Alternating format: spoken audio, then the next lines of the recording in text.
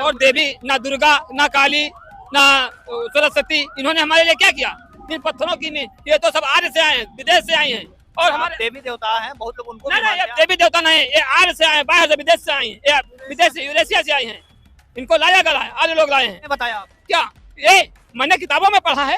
किस किताब? सारी किताबों जो बहुजन समाज की हैं किताबें, यहाँ बुद्ध जी के किताबें। भारत में बहुत से ऐसे लोग हैं जो उनका पूजा पाठ, अरे वो पूजा पाठ करें, वो नहीं जानते तो पूजा पाठ करें, हम वो पत्थर की देवी को हम पूजा करेंगे? ना पिल्ले ना, तू पूजा बिल्कुल मत कर। पूजा के जगह पर तू अपने बहन बेटियों को किसी सस्ते कोठे पर नचवा, हमें उससे कोई दिक्कत नहीं, कोई परेशानी नहीं है। तू हमारे देवी देवता को गाली देगा, उनका मजाक बनाएगा, उल्टा सीधा टिप्पणी करेगा, तो कैसे तू छोड़ा जाएगा? मेरे पिताजी का नाम श्री पकई है। मैं हजरतगंज में रहने में गया था। मैं नशे की हालत में सब्जी के देवताओं को गलत शब्दों में इस्तेमाल कर दिया।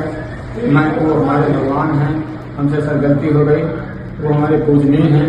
हम ऐसी गलती जीवन में नहीं कभी दोबारा होगी। मैं नशे की हालत में तुझे इस गंदे नीले खून वाले अंकल का इलाज उत्तर प्रदेश पुलिस यानी लखनऊ पुलिस ने कर दिया है, कि अच्छी बात है। मामला उत्तर प्रदेश का था तो होना ही था। वीडियो आपको पूरा दिखाया भी नहीं हूँ शुरुआत में, क्योंकि उसने ऐसी कुछ टिप्पणी की है हमारे देवी के बारे में कि हम आपको दिखा भी नहीं सकते। हमें खुद देखने में बुरा लगा था, तो आपको भी बुरा लगेगा। लेकिन सबसे बड़ा सवाल, सबसे बड़ी बात ये है जो इसने वीडियो के लास्ट में बोला था, ये वाली। क्या ये मैंने किताबों में पढ़ा है?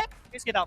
सारी किताबों जो बहुजन समाज की हैं किताबें, यहाँ बुद्ध जी के किताबें। इसी की बात कर रहा हूँ कि बहुजन समाज के किताब में ऐसा लिखा हुआ है, इसको तो पकड़ लिया गया है, लेकिन अब उस किताब की खोज करो। उस किताब को लिखने वाला, बनाने वाला कौन है, इन लोगों के दिमाग में भरने वाला जहर कौन है, कि उसको ठिकाने नहीं लगाओगे तो ऐसे पीले नीले गंदे खून वाले निकलते रहेंगे, जो आए दिन हमारे देवी देवता का अपमान करेंगे, क्योंकि इनके किताब में लिखा हुआ है। चलो चलो चलो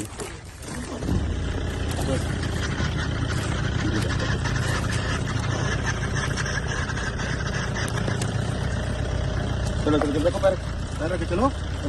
लाओ नहीं, इनको कंधे पर भी मत उठाओ, ये दुनिया से उठने चाहिए, क्योंकि इन्होंने कृत्य ही ऐसा कुछ किया है। यह मामला दोस्तों वाराणसी का है। मोहम्मद इरशाद नाम का एक व्यक्ति एक 8 साल की बच्ची को करता है, उसके बाद उसका करता है, फिर करके बोरे में फेंक देता है। अब इनके पैर में गोली मारने से इंसाफ उस 8 साल की बच्ची को या उसके परिवार को कैसे मिलेगा? ऐसे लोग जीने का अधिकार खो चुके हैं।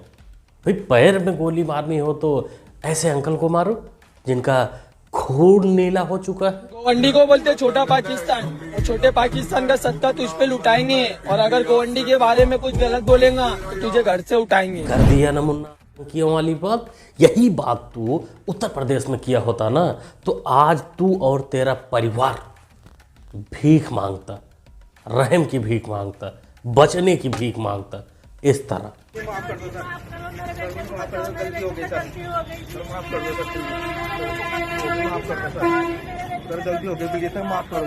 बचवा, माफ ही करने के लिए तो पुलिस बैठी है, प्रशासन बैठी है। तुम माफियागिरी करते रहो और पुलिस प्रशासन तुमको माफ करते रहे। अरे चल, तेरे को माफ किया, तेरे को अंदर लिया, लेकिन इसका क्या करें? इसके खुशी के ठिकाने का क्या करें? अरे कोई पत्थर दिल होगा जो इस वीडियो को लाइक शेयर न करे, जमीन को फाड़ कर निकल गई मस्जिद। अल्लाह का करिश्मा हो गया दोस्तों। जैसे जालिमों ने हमारी मस्जिद को छीनना चाहा संभल के अंदर, अल्लाह रब्बुल आलमीन ने संभल चंदोसी के अंदर एक और मस्जिद अल्लाह के जब की खुशी मिली है इस नाजायज की पैदाइश को। भावड़ी की जगह तो इसने सीधा मस्जिद ही निकाल दिया।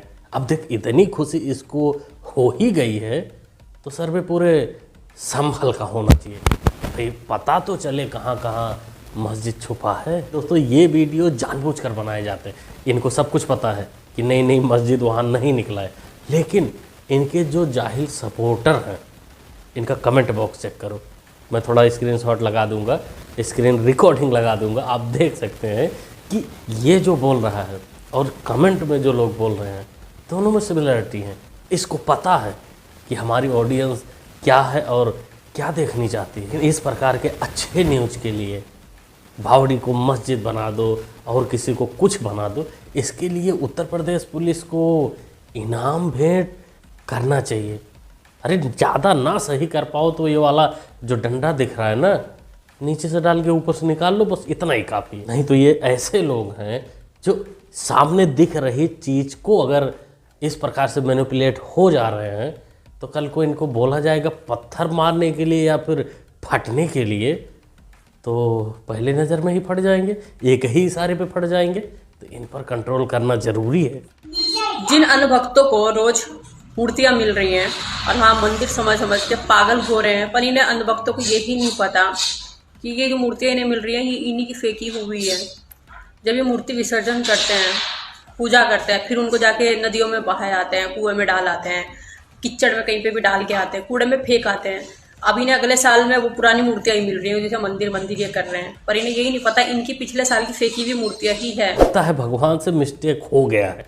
अरे इसको सुअर बनाना था, इंसानी रूप में भेज दिया। बिस्कुटिया जैसी शक्ल को, यानी अरे अंगूरी भाभी की चौथी मम्मी है ये।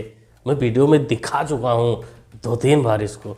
अंगूरी भाभी की ही चौथी मम्मी है। अंगूरी भाभी का तकलीफ हो गया है, वो नहीं सामने आ पा रही है, जेल बेल के चक्कर में है, लेकिन वो अपने मम्मी को तो आगे भेज ही दी है ना हिंदू देवी देवताओं पे, उनके धर्म पर, मूर्तियों पर टिप्पणी करने के लिए। बाकी तेरे को पिछवाड़े में चुल मची ही है अगर जानने के लिए मूर्तियाँ कहाँ से आई, कैसे मूर्तियाँ मिल रही, तो अपने पड़ोस वाले तेरे जो अब्बू हैं उनसे पूछ, वो तेरे को कहानी बताएंगे 1978 की कि कैसे उन लोगों ने तोड़ी थी और कैसे पलायन करवाया था।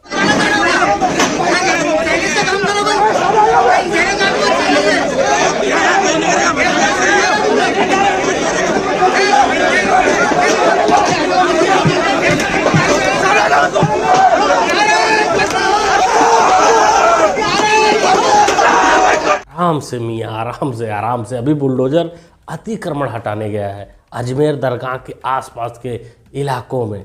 अब ऐसे ही बकलोली अगर करते रहोगे और गलती से कहीं पत्थर पुत्थर चला दिए, फिर लेने के देने पड़ जाएंगे। संभल जैसा हाल हो जाएगा कि सर्वे तो मस्जिद का शुरू हुआ था, लेकिन फिर पूरे संभल का सर्वे शुरू हो जाएगा। कुआं भी निकलेगा, बावड़ी भी निकलेगी, मूर्तियां भी निकलेंगी। भाई अब जब विष्णु जी आएंगे तो कहाँ आएंगे, अवतार कहाँ लेंगे? इसलिए कि कल की पुराण में लिखा, पुराण में कई जगह लिखा है कल की अवतार आएंगे, कई सारा मंत्र है।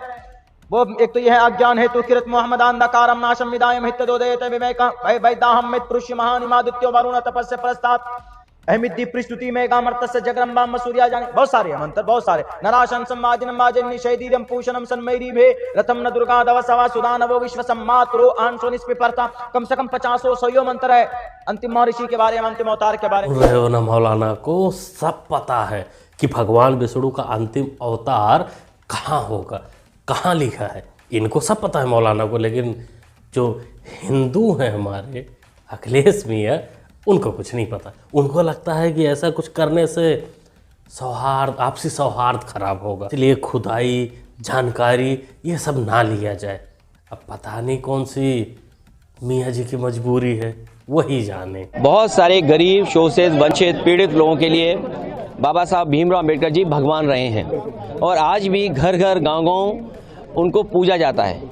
उनका सम्मान ये है कि उन्होंने हक और सम्मान से जीने का रास्ता संविधान के माध्यम से तमाम गरीब, शोषित, वंचित लोगों को दिया है। उत्तर प्रदेश में एक साहब की प्रतिमा खड़ी है, इस तरह उंगली का इशारा है कि ये जमीन तो मेरी है, वो सामने वाला जो खाली प्लाट है वो भी मेरा है, मैं वहां दिया। यही होते हैं दो मुँहे सांप।